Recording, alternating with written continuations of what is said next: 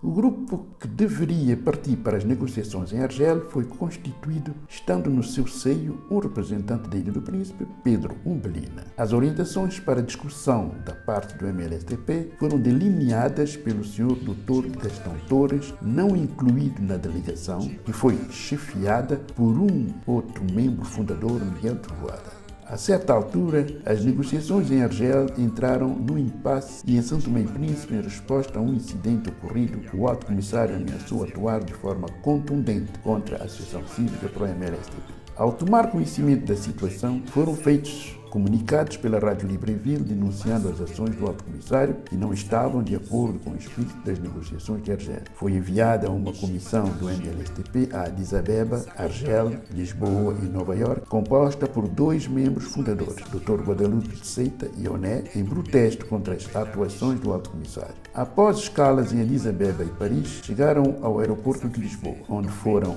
entrevistados por vários jornalistas portugueses, mas nenhuma entrevista saiu ao ar. Souberam todos que, na véspera das suas chegadas, já o alto comissário tinha aterrado em Lisboa e feito declarações à imprensa que esses 2 senhores não representam o MLSTP. No terreno, o alto comissário, para facilitar o que pretendia, desencadeou uma perseguição violenta contra os jovens ativistas da Associação Cívica, chegando mesmo a meter na prisão 2 dos seus membros, Teotónio Torres e Amadeu Espírito Santo, e pressionar a maioria dos seus elementos a se exilarem de São Tomé e Príncipe. Foi o caso de Filinto Costa Alegre e a esposa Milu Aguiar, seu irmão Norberto Costa Alegre e a esposa Alda Bandeira, Manuel Jacinto e a esposa Felicidade Elsa dos Santos Mata, Ivone Trovoada, Alexandra Bandeira, Manuel Vaz, Olegar Tini e a esposa Camélia Tini, Ramos Dias, Carlos Tini, que se dirigiram a Angola, assim como Gastão Torres, que teve de tudo abandonar em direção a Lisboa, onde era funcionário. Deixaram no terreno alguns companheiros proeminentes que, por razões diversas, decidiram não partir. Daniel Daio, Arlindo Gomes, Amadeu de Espírito Santo. Os que escolheram Angola foram acolhidos em grande parte pelo pai da Alda Bandeira. Ali depararam com uma situação muito complicada, pois esse país encontrava-se também na fase de transição para a independência, com a coabitação dificílima dos 3 movimentos de libertação, MPLA, UNITA e FNLA. Sem cartões de identificação de cada um daqueles partidos, não era possível movimentar-se, sem correr grandes riscos. Impossível trabalhar com tranquilidade, por isso, após reflexão, chegaram à conclusão que deveriam deslocar-se a Moçambique, onde o governo de transição preparava o país para uma data da independência mais próxima. Tentaram alguns contactos, mas, segundo os mesmos, souberam que o MLSTP comunicou a Frelimo que esses elementos da Associação Cívica eram inimigos da Revolução. Tiveram que mudar de estratégia e recorrer a Dona Alda do Espírito Santo, pedindo-lhe ajuda para contactar Marcelino dos Santos de forma discreta para serem aceitos em Moçambique. Para esses jovens, ela era a mãe da nação santomense e sabiam que poderiam contar com o seu carinho e compaixão. Aliás, ela não estava de acordo com a maneira tão ingrata como alguns membros do MLSTP lhes trataram. Os correios não davam garantia de segurança e a carta poderia ser interceptada, criando problemas à senhora. Foi então que decidiram enviar Felicidade Elsa a São Tomé, pois era alguém, embora tenha participado nas várias atividades da Associação Cívica, como a consciencialização das mulheres santomenses e outras, passaria mais despercebida nas malhas do governo de transição. Foi o que aconteceu. Tendo a Elsa chegado a São Tomé, foi ter com a Dona Alda do Espírito Santo, que lhe remeteu uma carta para o grupo entregar a Marcelino dos Santos em Moçambique. Foi nessa altura que Oné reconheceu uma certa dose de traição de certos companheiros do MLSTP. Acabou por exilar-se também em Angola e partiu com o grupo para Moçambique.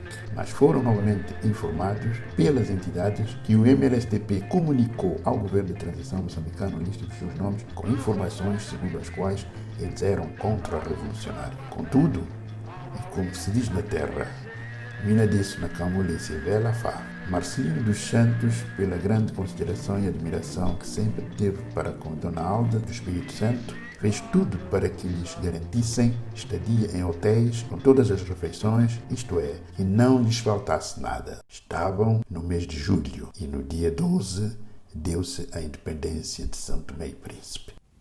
Olha a bandela descer, etewe kusota wawe. Olha a bandela subir, mundo xingai. Olha a bandela descer.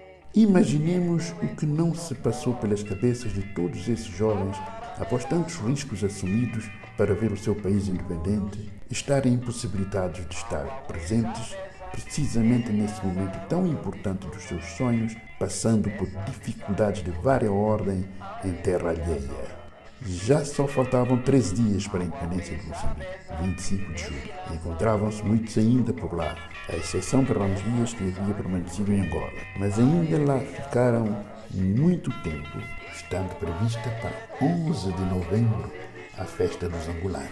Os estudantes queriam prosseguir os seus estudos, mas os obstáculos eram difíceis de ultrapassar. Para além de não poderem trabalhar, os estudos superiores em Moçambique terminavam no bacharelato. Alguns começaram a mexer-se, tendo ainda recuperado a bolsa para prosseguirem os estudos em Portugal, sendo esse o caso de Olegário Tini e Manuel Vaz. Outros foram regressando a Angola, à exceção da Ivone Trovoada e as Irmãs Bandeira.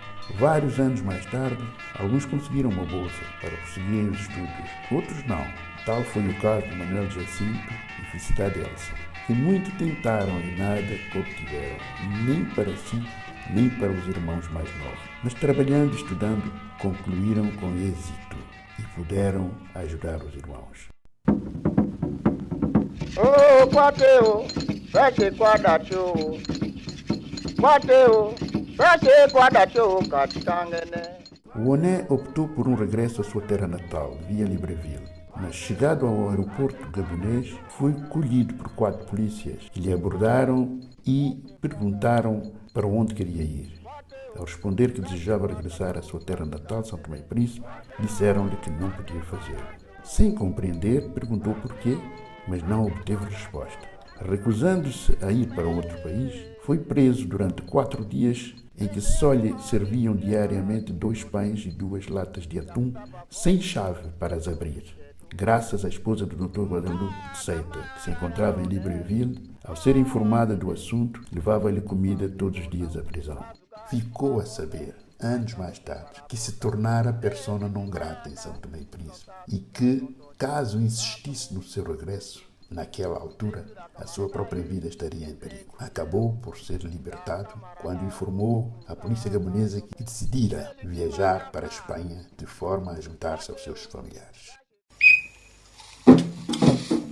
Chegou ainda a deslocar-se a São Tomé em 1990 para apoiar a candidatura de Dr. Guadalupe Seita às presidenciais. Voltou de novo a convite de Agostinho Rita e Fernanda Pontífice para umas palestras nas universidades, onde esses eram responsáveis. Vive hoje em Espanha uma vida em paz e tranquilidade. Muitos outros, como o Dr. Gastão Torres, após a partida compulsiva de São Tomé, dirigiu-se a Portugal, onde trabalhava antes, mas já a sua exoneração do posto tinha sido efetiva em Lisboa. Ainda esteve em prisão domiciliar há algum tempo, fora da sua residência, num hotel em Setúbal. Ao terminar, viu-se sem trabalho e, para a sua sobrevivência, foi juntar-se a amigos em Angola, onde trabalhou durante 3 anos.